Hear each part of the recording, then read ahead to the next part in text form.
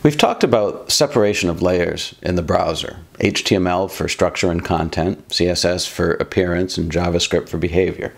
Now we're going to see what this looks like on some real web pages by selectively turning off the appearance and behavior layers. Now to do this, we're going to use a free extension for your browser, Chrome, Firefox, Opera, and this is called Web Developer. And it's available at this URL, which is linked in the Canvas page below this video. And what it does when you've installed it is it adds this little gear icon to your browser. And the gear icon has all these controls to let you do things like, for example, we could outline the block level elements on a page, the div tags and things like that, so we can see how a page is structured.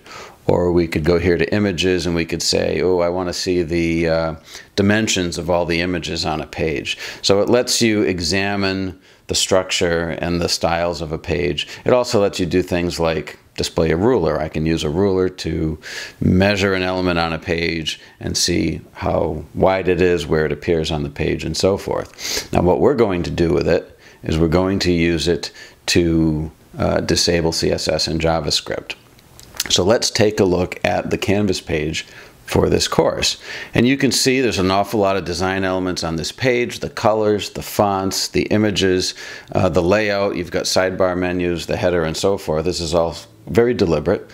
If we look at the source of this page, it looks like the HTML that we've seen before. There's not a lot in here about what something should appear like. It's pretty much just the structure and the content of the page. Now if we wanted to disable CSS on this page, I can disable all styles, and here we have the raw structure and content of the page.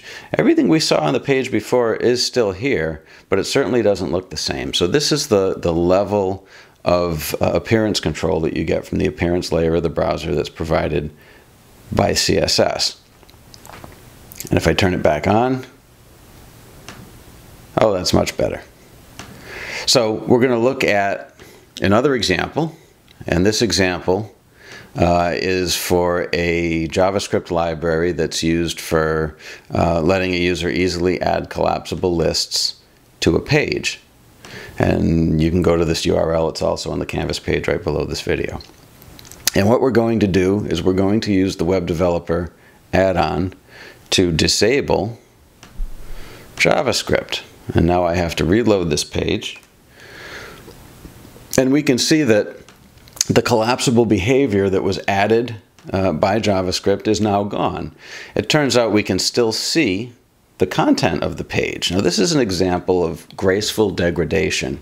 Graceful degradation means the page was built in such a way that if a user doesn't have JavaScript available, the page is still usable. Now why would somebody not have JavaScript available? Well, one reason would be if the user actually is a search engine that's indexing the site.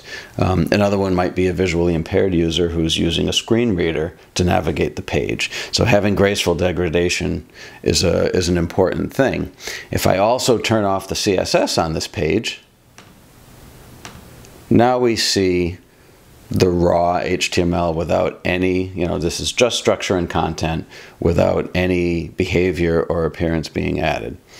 If I turn the CSS and the JavaScript back on and reload the page, that's better.